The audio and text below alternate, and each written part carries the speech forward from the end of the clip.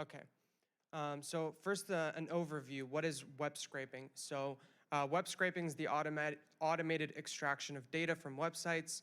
Usually you would write some code. You would have a target website that you want to take either images off of, some information, maybe client lists. Maybe you're trying to establish a client list. So you go on Upwork and you scrape all of their information, what type of jobs they have open, and you collect that in a list and then download that and use that as a resource for the future.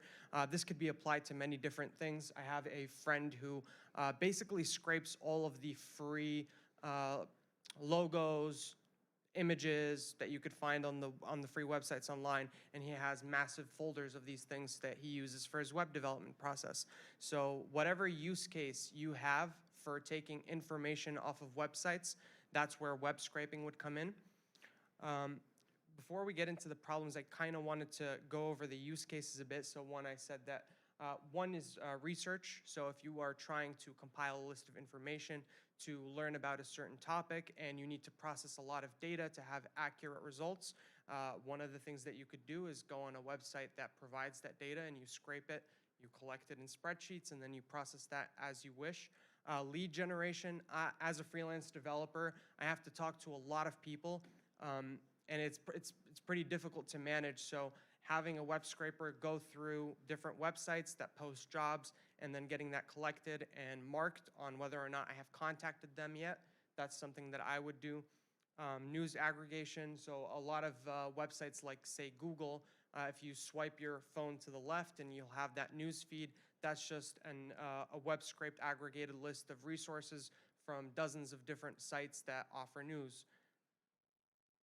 All right, understanding the problems. So some of the difficulties that you might encounter while trying to scrape websites is the website structure changes. If, say, tomorrow Amazon changes the way that they embed the images in their site, the code you wrote yesterday will no longer work and you have to go back and rework that process. If you're working on many different websites, now you have a very big problem to deal with where you have to figure out what sites still work, what sites don't, and go in and fix the ones that aren't working anymore. A lot of websites do not want you to web scrape. So they have paid APIs, let's say, or they don't have an API at all and they don't want that information out there. They will make it very difficult for you to take that information. Every time you flip a page, you might have to sign a CAPTCHA. You might get frozen if you spend too much time doing or you repeat actions too many times. Also, when you web scrape, the data that you're getting, it could be impure, incorrect. If you're just taking massive amounts of data and using that for research, you might just get bad data. And so you have to really know what you're looking at and what you need out of that system that you're looking at. All right, so now that we got that out of the way, I wanted to showcase a bit of how you would do this using Puppeteer.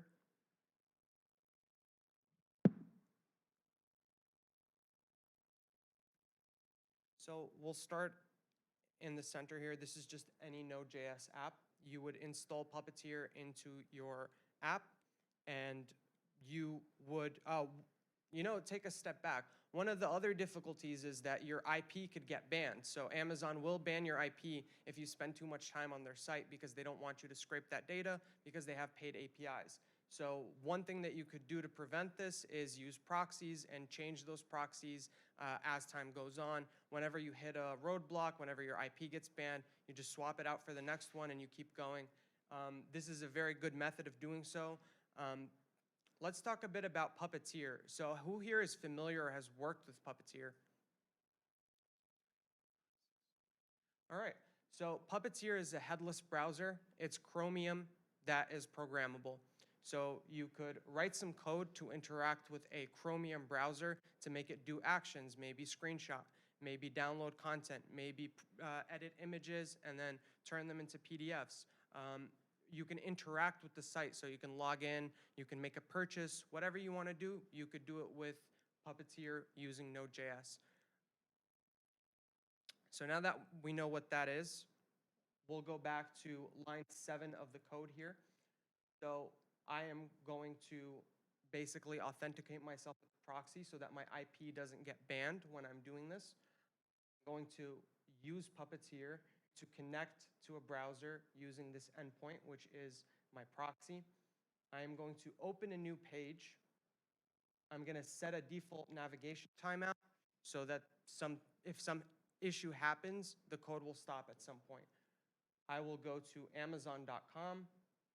I will open the site. I will evaluate the page, get the document and the outer HTML, and then I will simply console log that HTML. I'm going to go back and actually run this.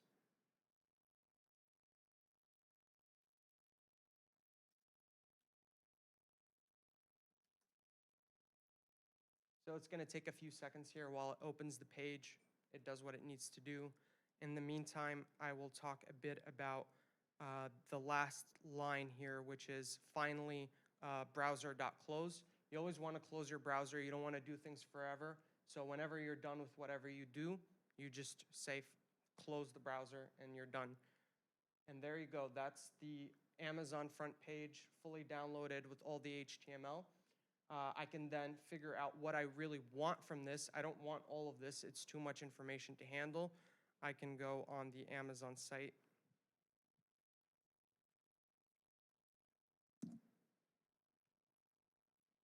For me, today, the use case I'm focusing on is I want medical information. So prices of medical products on Amazon.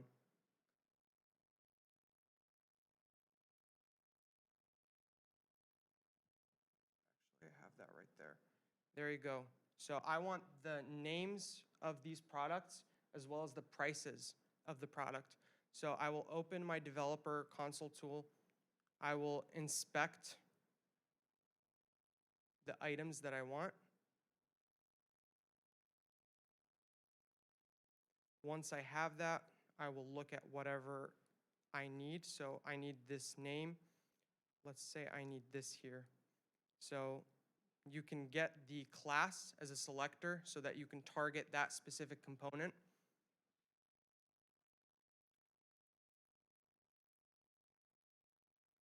So here I assign the selector that I want. That has the information that I need. I can wait for the selector to pop up. And once it does, I can grab it. I can evaluate the text, and I can console log that. So I'm going to do that next.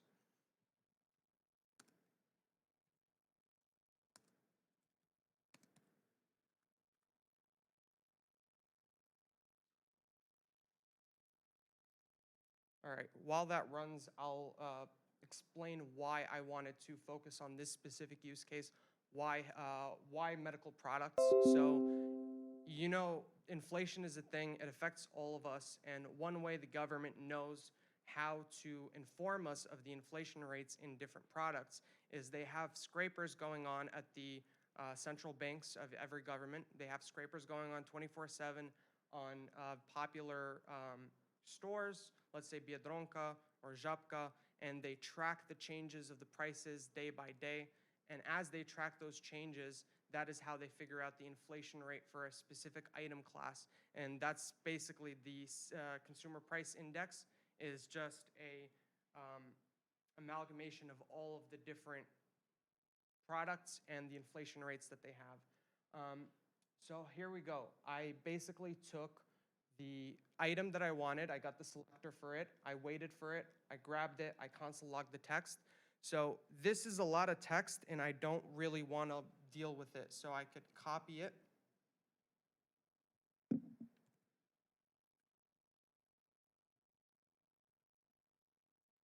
I could go to ChatGPT.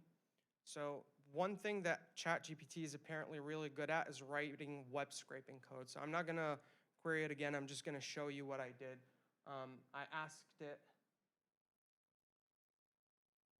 I basically gave it the HTML, and I told it what I wanted out of that HTML, and I asked it to write me code to grab those items and ignore the rest because I don't want to read through this or have to process it myself. So there you go. Let's start here. So it figured out that the selector for the title is this class name here, and it figured out that the selector for the price is that class name. What it does is it evaluates the element, and it uses the selector to target it. Once it has it, it puts it back into the const that I signed, and it console logs the results, and it closes the browser. And that's all it does. So it does most of the code for me.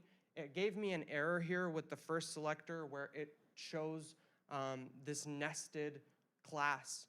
It didn't work for me. It crashed. Some of the components had different classes, so the code crashed. So I went in and just looked a little bit deeper, changed it myself, and got it working. But it did 90% of the work for me. I didn't really have to think about it. Here it is. So this is the crash. The code wouldn't work for me, so I asked it like, I'm having this issue, and it told me to wrap it in a try-catch block. And so I did, and we'll go to the last part, which is the final piece of the puzzle.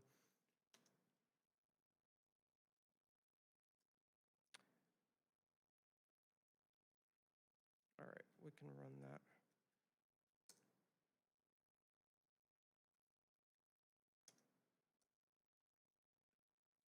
So here it's going to grab each item, get the title of the item, get the price, and then console log it. In the real world, you wouldn't console log it. You would just throw it into some spreadsheet and use it later. That's what we want. We want that data, and there you go. I have a list of all of the information on that page, and I can also make the browser just skip to the next page, wait a few seconds, do the same thing, skip to the next page, and for as long as I want, for as many pages that I want. If I run into any issues and Amazon for some reason decides to block my IP, I can go onto the site that provides the proxies, and I can make a new one. So here it is. I've been scraping for a couple of days, and it cost me 45 cents. If I have any issues, I just make a new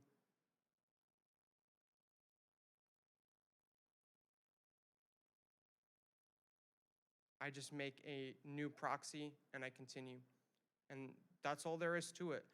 This could apply to a lot of different things that are good for code. You could, like I said, scrape client information if you're trying to get more clients. You could scrape free assets on different pages for websites that you're building. You could do whatever you want. I wanted to showcase this because I thought it was very interesting. I also want to give everyone here, if you're interested in Node.js, definitely take a look at what Fireship is doing.